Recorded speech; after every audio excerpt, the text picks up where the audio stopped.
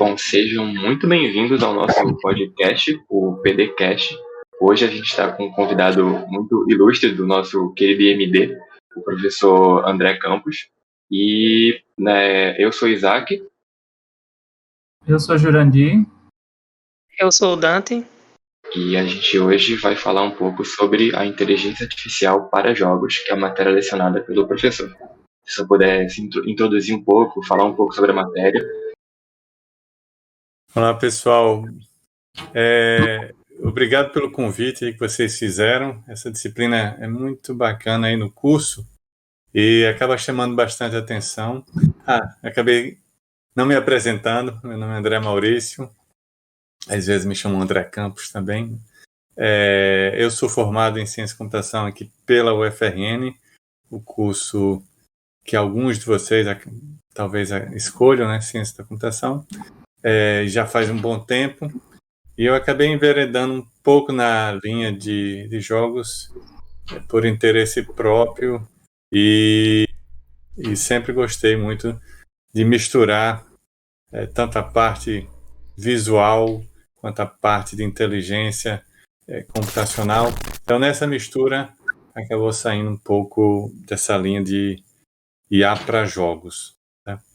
Eu fiz um mestrado em computação gráfica, fiz o doutorado em sistemas multiagentes, que tem a ver com inteligência artificial, e aí essa mistura casa bem com IA para jogos. Então, a disciplina, apesar de ter o nome inteligência artificial, o pessoal da área de IA propriamente dita, acaba reclamando que a gente se apropria do termo de IA para fazer algo que não é IA, mas o objetivo da IA em jogos não é necessariamente aplicar as técnicas de IA, e sim representar comportamentos que o jogador olhe e diga assim, isso faz sentido. Então, no jogo, é algo que ele acredita e que cria imersão lá no jogo, e ele não acredita assim, que seja um NPC estúpido andando contra a parede, que às vezes os jogos antigamente tinham aqueles bots que tentavam atravessar a parede, tentando buscar um caminho para o outro lado. Então a intenção é deixar o jogo o mais natural possível para o jogador ter uma experiência bem melhor jogando, né? Isso, exatamente. Como é uma área bem aplicada a um determinado contexto, assim, as escolhas das técnicas podem variar muito. Então, vocês, na disciplina, a gente acaba trabalhando muito mais com técnicas de grafos, de buscas em grafos, que são estruturas conectadas, estruturas de informações conectadas, do que, por exemplo, o aprendizado de máquina, ou representação do conhecimento, de uma semântica, de uma ontologia, algo nessa linha. Tá? Vocês querem que eu me aprofunda mais sobre a disciplina ou vocês podem fazer perguntas, talvez? Tem uma dúvida. Com relação a conhecimentos prévios, por exemplo, meus colegas aqui, eles são bem acostumados a jogar e tudo mais, eu não tenho tanto esse hábito. Então, seria um mundo completamente novo. Aí eu queria saber, para uma pessoa como eu, assim, quais dificuldades vão encontrar com relação à disciplina e o que seria interessante de ter conhecimento prévio para cursar ela. Isso. Normalmente as disciplinas possuem pré-requisitos que a gente meio que coloca no intuito de assegurar que quem vai cursar aquela disciplina tenha pelo menos alguns conhecimentos básicos anteriores, além apenas do gosto por jogar. Nessa disciplina tem como pré-requisito uma disciplina de linguagem de programação, 2, se eu não me engano. Então, já tem que ter uma certa experiência com programação, principalmente porque as atividades são bem práticas. A gente apresenta os conceitos mas tem uma parte prática bastante tensa de implementar os algoritmos, de fazer as buscas. E aí a gente basicamente foca em alguém que já tenha alguma experiência em programação. Então, essas outras informações de grafos e algoritmos, a gente vai passar durante a disciplina. A gente explica o que é um gráfico. Então, eu vou dar um contexto um pouco maior, porque apesar de eu estar falando assim de IA para jogos, o foco dessa disciplina é representação de conhecimento, representação de comportamento. Então, representar NPCs, como fazer comportamentos dos NPCs. Existem outras áreas de IA para jogos, por exemplo, geração de conteúdo, geração procedural de conteúdo, que não é abordado nessa disciplina, ou modelagem do jogador para verificar, por exemplo, se o jogo está sendo difícil ou fácil para ele começar a adaptar. Tem essa parte de aprendizado de como o jogador se sente no momento e apresentar um novo nível mais difícil para facilitar o balanceamento do jogo. Essa parte também não é abordada. Então o foco é só representação de conhecimento, de comportamento, desculpa. Entendi. No caso, falando um pouco sobre a questão do mercado de trabalho, é muito meio que fácil para programadores aqui no Brasil encontrar oportunidades de trabalhar, por exemplo, no desenvolvimento de alguns jogos? Tem várias empresas. O bom do mercado de jogos aqui vai ter sempre oportunidades. Só que a competição também é muito grande. A gente tem um foco de empresas lá em São Paulo, em Recife, algumas lá em Florianópolis, Rio de Janeiro também, mas aqui em Natal, algumas empresas começaram, na startup, inclusive no Inova, mas acabou não indo tão para frente quanto algumas outras lá, por exemplo, de Recife, que está aqui próximo. Quem se interessar por essa linha, é bom ter bastante contatos e tentar fomentar o ecossistema aqui em Natal mesmo, para criar empresas de jogos. Muitas delas começam com parcerias com outras empresas, por exemplo, para fazer gamificação de produtos, de processos dentro da empresa, e faz um joguinho. Não, gamificação é diferente de jogo, tá? Mas algumas empresas acabam começando prestando serviço a outras empresas.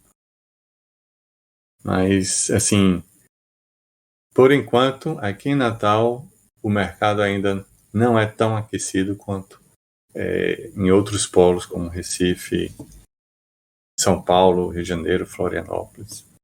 No caso, a gente ainda está muitos passos atrás, né, de outros países, tipo Estados Unidos e assim vai, porque é muito comum a gente ver empresas independentes aqui no Brasil fazerem jogos. Tanto que teve um jogo que meio que se tornou meio que uma febre, teve uma repercussão muito boa, que foi o Fobia, que é feito aqui no Brasil e foi o mais vendido no mercado da Steam no dia de estreia, né? Sim, a gente ainda está um pouco atrás, mas é um mercado que dá muitas viravoltas, e a gente tem jogos que a gente não espera, assim, como é que esse negócio faz sucesso e de repente faz um sucesso tremendo, porque as pessoas começam a jogar e contagia e acabam divulgando na rede. Então, eu acredito, a indústria criativa, de um modo geral, é um pouco cheia de surpresas. Então, é diferente de um trabalho, por exemplo, você vai fazer de engenharia de software, você tem mais ou menos algo, você sabe se o cliente vai gostar ou não. Em qualquer uma das indústrias criativas, seja música, cinema, as séries da Netflix, tem séries que a gente vê, a própria Netflix acha que não vai fazer muito sucesso e de repente explode. São assim os jogos. Às Interessante. vezes muita gente Professor, gosta. há Oi. quanto tempo o senhor leciona esse conteúdo? Assim, ensino de jogos, acho que já faz um bocadinho de tempo. Já faz mais de 10 anos, mas depois que o BTI foi criado, a gente tinha uma disciplina antes que era desenvolvimento de jogos. E aí incluía vários temas ali numa disciplina só, era muito densa.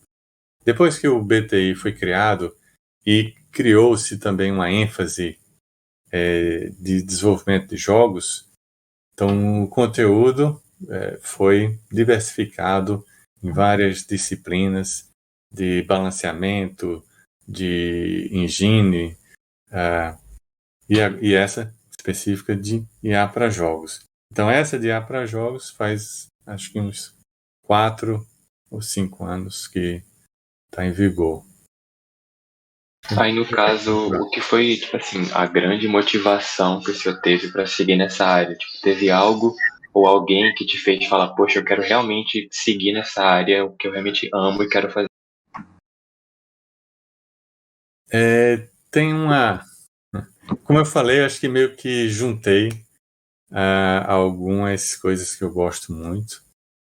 Eu sempre gostei muito de jogar, mas nunca fui um viciado, um adepto. Às vezes virava à noite, mas tudo bem. Mas isso acontece. Acontece. Pois é. Mas aí o fato de eu ter feito computação gráfica no mestrado e um pouco de IA no doutorado, essa mistura de visualização e de inteligência, acho que acaba naturalmente indo para o domínio de jogos. Então é algo que eu, assim, na minha carreira acadêmica, acabei misturando aí um pouco. E aí, depois que eu me tornei professor, eu acabei me interessando também por algo que, na verdade, é o que me motiva mais, essa parte educacional, de ferramentas que facilitem o aprendizado de vocês, alunos. E nessas ferramentas, jogos é muito assim, motivador. Então, se vocês estão aprendendo um conteúdo, mas nesse conteúdo tem uma atividade que é um jogo, uma atividade lúdica, e a gente acaba misturando. Então, acabei fazendo alguns trabalhos no que a gente chama de jogos aprendizado baseado em jogos, game-based learning, e como aplicar jogos para criar atividades motivacionais para engajar os alunos, né? Tornar o ensino mais dinâmico, né? Isso. Professor, assim, o senhor sentiu um impacto muito grande em relação a ter que lecionar longe da sala de aula durante a pandemia? Rapaz, todos nós, né? Bastante. A interação assim com vocês é bem diferente quando a gente dá aula e a gente chega, tá todo mundo online e a gente pergunta: e aí, pessoal, alguma dúvida? E ninguém responde. Poxa. E assim, com o retorno das aulas presenciais, o senhor consegue perceber quais dificuldades os alunos estão apresentando? É o seguinte, o retorno das aulas presenciais, para mim, acabou não voltando muito, houve uma mistura, e eu acho que a gente está começando a encontrar um mundo ideal, que é exatamente o meio termo entre aulas presenciais e aulas completamente remotas. Então, estou dando EAD agora para vocês no formato... Estou dando pensamento computacional no formato EAD, mas tem uma outra disciplina que eu comecei dando de forma presencial, 100% presencial, e os alunos, a pedido dos alunos, pediram para fazer algo misto, híbrido, onde eu podia dar aula presencial, vinha quem queria participar e eu compartilhava a tela, colocava um microfone e quem estava em casa podia participar remotamente. Então fazia um modelo híbrido. Então, a tendência agora é essa disciplina de IA para jogos ter mais ou menos nesse formato também. Então, entre o híbrido e... Não sei. Essa foi outra disciplina, uma de tópicos especiais de engenharia de software que eu dou. A de IA para jogos vai ser oferecida no próximo semestre. A gente ainda não sabe. Normalmente eu compartilho essa disciplina com o professor Charles. A gente ainda não chegou a um consenso de como seria o formato. Mas esse modelo híbrido eu gostei bastante. Acho que os alunos também gostaram pela flexibilidade e pela possibilidade também de juntar, olhar as pessoas e interagir presencialmente quem quisesse participar presencialmente. Então, é interessante mesmo. Eu, como aluno, assim, na minha perspectiva, com a experiência que a gente teve agora com pensamento computacional, foi predominantemente em remoto, né? Mas eu gostei do formato como foi dado. Bacana, bom ter o feedback aí de vocês. Eu sei que nem todo mundo se adapta, porque EAD, de certa forma, requer uma certa disciplina, porque na aula presencial, a presença meio que obriga vocês terem um horário reservado para fazer aquelas atividades, para estudar aquele conteúdo. No EAD, a responsabilidade de vocês precisam definir um slot que esse tempo aqui eu vou estudar esse conteúdo. Então requer uma certa disciplina. Que para alguns isso que você falou é algo muito interessante, porque justamente falta essa motivação da pessoa, tipo assim, poxa, eu vou ter presencial hoje, eu vou reservar um tempo do meu dia para fazer isso. Quando é no EAD, às vezes a motivação ela some muito fácil, sabe? Isso. A interação com os colegas é essencial. Eu acho que uma das reclamações que eu, conversando com outros alunos, tive aí durante essa pandemia, por exemplo, alguém que entrou no início da pandemia, calouro, passou 2 anos sem conhecer a turma presencialmente. Isso é muito desmotivante, né? Assim, É verdade. Tanto para o aluno quanto para o começaram professor, a conhecer. A gente deu sorte, nós somos todos calouros, né? E já começamos agora com o presencial voltando. Isso, e acho que pegando um pouco dos aprendizados que a gente teve ao longo da pandemia, por exemplo, fazendo essas atividades EAD, alguma coisa híbrida. Isso. No caso, essa é uma matéria que atrai muitos alunos, tipo, as pessoas têm vontade de entrar nessa parte dessa matéria? De IA para jogos? Sim. Sim. Eu acho que sim, mas acho que quem melhor poderia responder são vocês. Vocês teriam interesse, dado a explicação aí que eu passei para vocês? Com certeza. Da perspectiva de alunos calouros, o que a gente mais quer, na real, é ter essa matéria. A gente teve contato com, por exemplo, pensamento computacional, e eu gostei tanto que eu vou até pagar de novo o próximo semestre, sabe? Sério? Mas deixa eu explicar também, acabei não falando um pouco de como como são as avaliações e as atividades que a gente passa. Eu acho que uma parte bacana da disciplina, que tem um conteúdo teórico, dos algoritmos, estruturas de dados associadas, mas boa parte das avaliações são competições que a gente faz entre grupos na sala. Como assim competições? Porque tem ambientes que são jogos e que, ao invés do jogador controlar o personagem, quem controla são os algoritmos. São programas e aí dá para a gente colocar um contra o outro, e então as avaliações são normalmente competições e tem toda a torcida por trás quando a gente coloca um competindo com o outro. Massa. É bacana de ver. Vai ser muito legal, meu Deus. Deixar esse ambiente competitivo e tornar uma parada como se fosse um jogo mesmo, dá uma motivação muito grande pra pessoa estudar e tipo, opa, vou ganhar e é isso aí, sabe?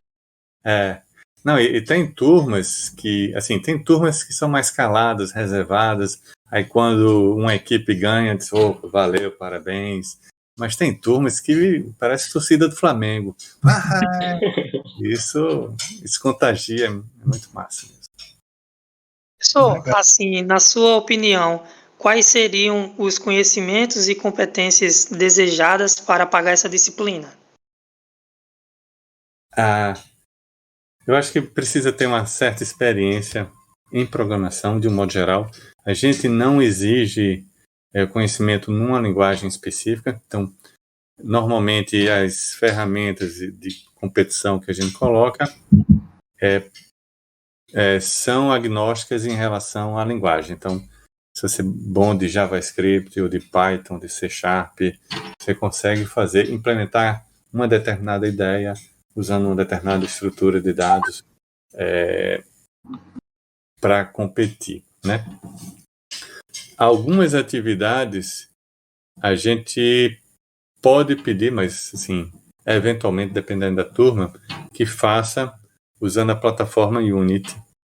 A gente pede a Unity porque a gente sabe que em várias outras disciplinas do curso, os professores acabam usando essa plataforma para desenvolver os jogos. Então, normalmente, os alunos já possuem experiências com Unity. Mas isso não é obrigatório, tá? Então, basicamente, essa experiência com linguagem de programação, por isso que a gente coloca como pré-requisito linguagem de programação 2, então já tem uma certa experiência. E, se não me engano, também tem estruturas de dados 2, que vocês já viram as estruturas básicas de árvores, busca em árvores, e a gente vai complementar isso com grafos, fazendo busca em grafos. Tá? Certo. E aí, em geral, quais são as maiores dificuldades que os alunos apresentam nessa disciplina? Em geral, é o calo do pessoal. Olha, eu vou dizer assim, os nossos... eu acho que os nossos alunos do BTI não têm grandes dificuldades com essa disciplina, não. Eu acho que alguns alunos... não sei se vocês sabem que tem um programa chamado PES, que acaba alunos, quer dizer, pessoas já formadas entram e fazem disciplinas específicas do curso para complementar a formação dele.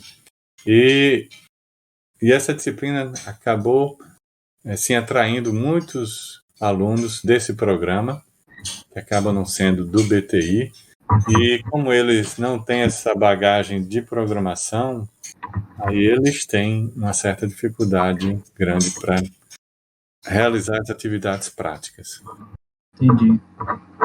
Talvez a maior dificuldade aí da disciplina, seja para os alunos do BTI, seja conciliar o tempo, que muitas vezes vocês colocam 7 disciplinas ao mesmo tempo, cada uma com um projeto separado, e aí é puxado. Uhum, É na vibe de matemática elementar o maior pesadelo de todo calouro do IMD.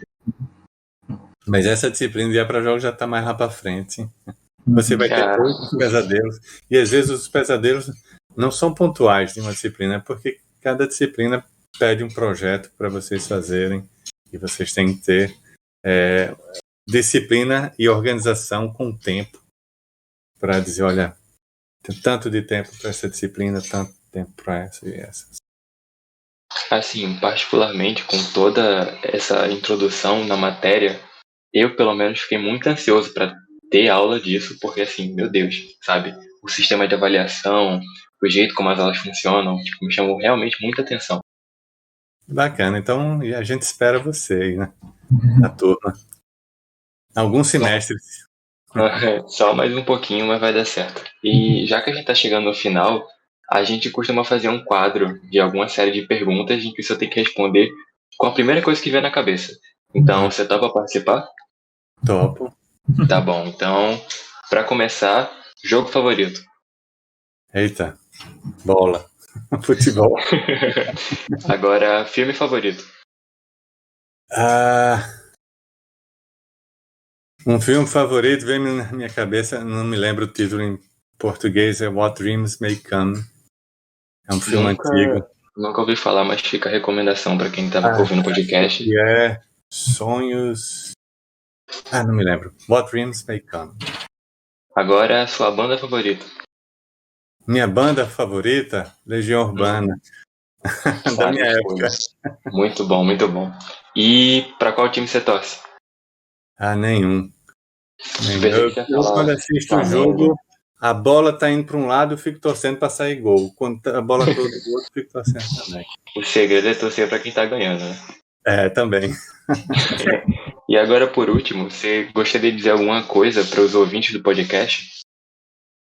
Não, só assim, agradecer vocês e dizer que a gente tá de braço aberto aí para novos integrantes aí, novos alunos. A biblioteria é uma área que cresce muito, ainda vai crescer bastante aí nos próximos anos. E é isso. Bom, enfim, a gente agradece também, professor, muito obrigado. Pela disponibilidade aí de tempo e por compartilhar um pouquinho do que é a disciplina de IA para jogos. Tá, joia. Obrigado aí vocês também pelo convite. Muito obrigado por ter participado. Valeu, pessoal. Enfim, gente, esse aqui foi o nosso podcast, o PDcast, o podcast do Portal das Disciplinas. E aguardem por novos episódios com novos professores do nosso querido IMD.